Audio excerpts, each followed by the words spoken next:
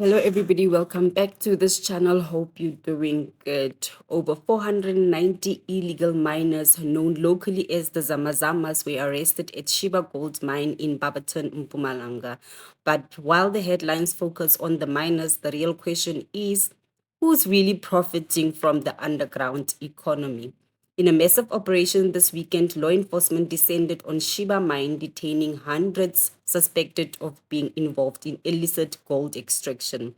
These operations are often described as survival tactics for unemployed, but behind them lies a billion-rand market economy.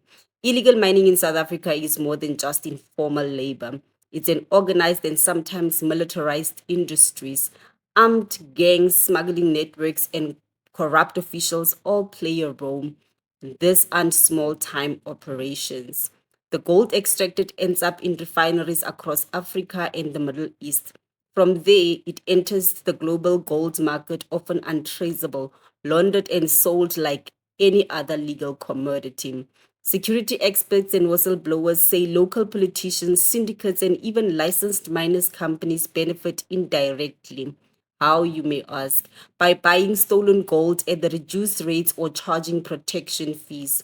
Meanwhile, the arrested miners face harsh sentences.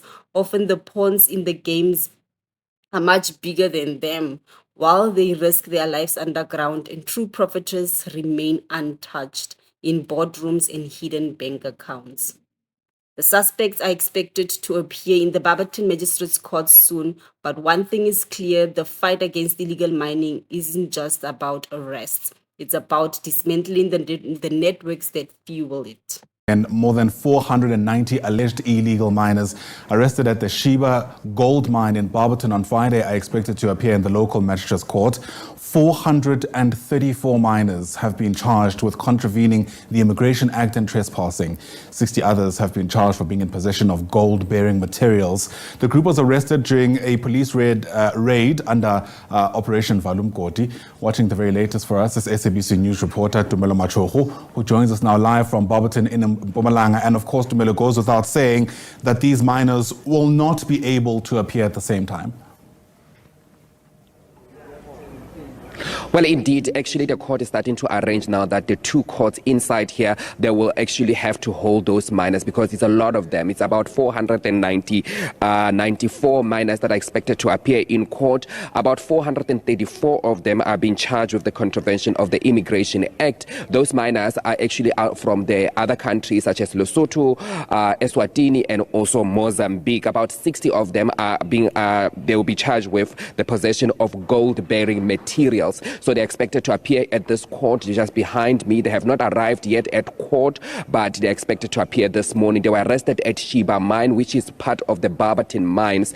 That mine is currently operational, and these miners, they were actually brought to the surface on Friday. Hundreds of them are still believed to be still underground, and they refused to come to the surface on Friday when the police were arresting these miners.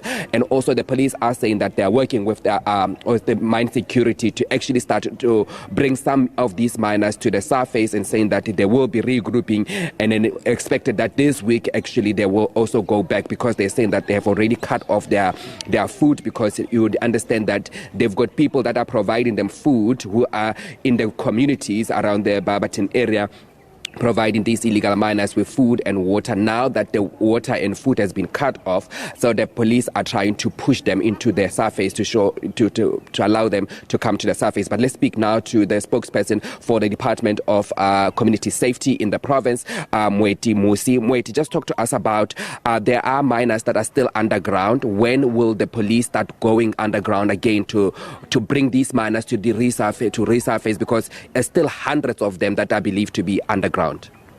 Thank you very much, Tumelo, and greetings to the viewers at home. The police, in terms of how they work, they will not be getting underground. We are expecting the mine security to continue trying to get those ones who are still underground back onto the surface. And also the department, what are you guys going to be doing to help the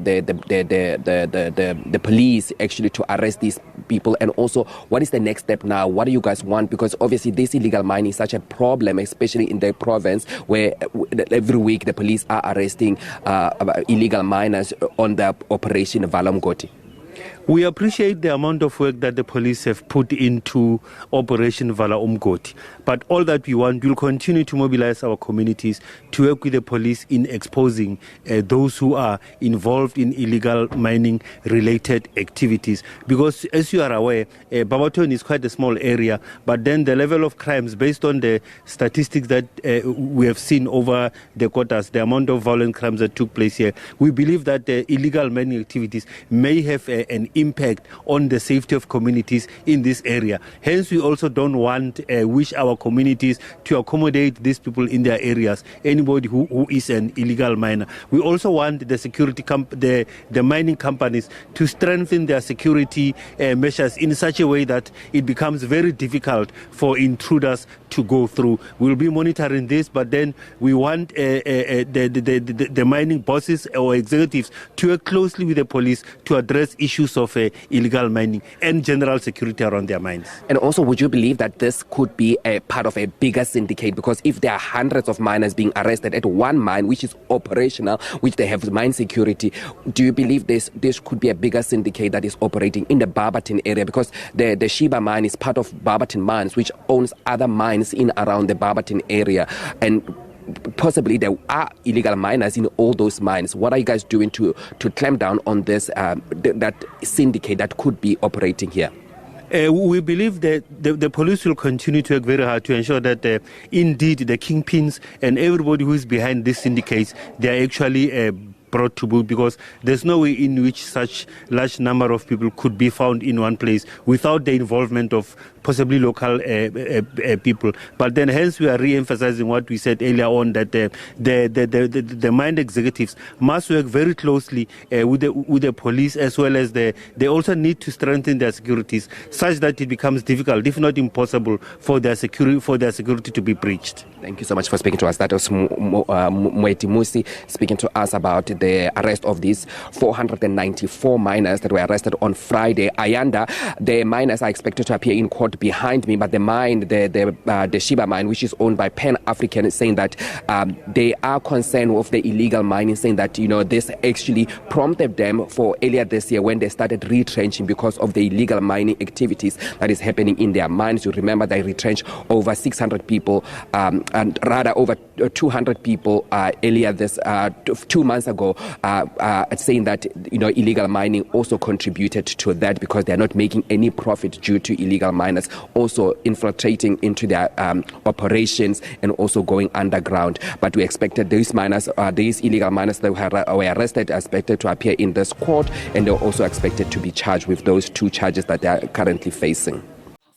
For more on this updates, don't forget to like, share, and subscribe to this channel. Please tell us your thoughts down in the comment section. Who truly benefits from illegal mining? From syndicates and gangs, corrupt law enforcement, refineries and middlemen, gold traders, politicians, and officials? Let us know your thoughts.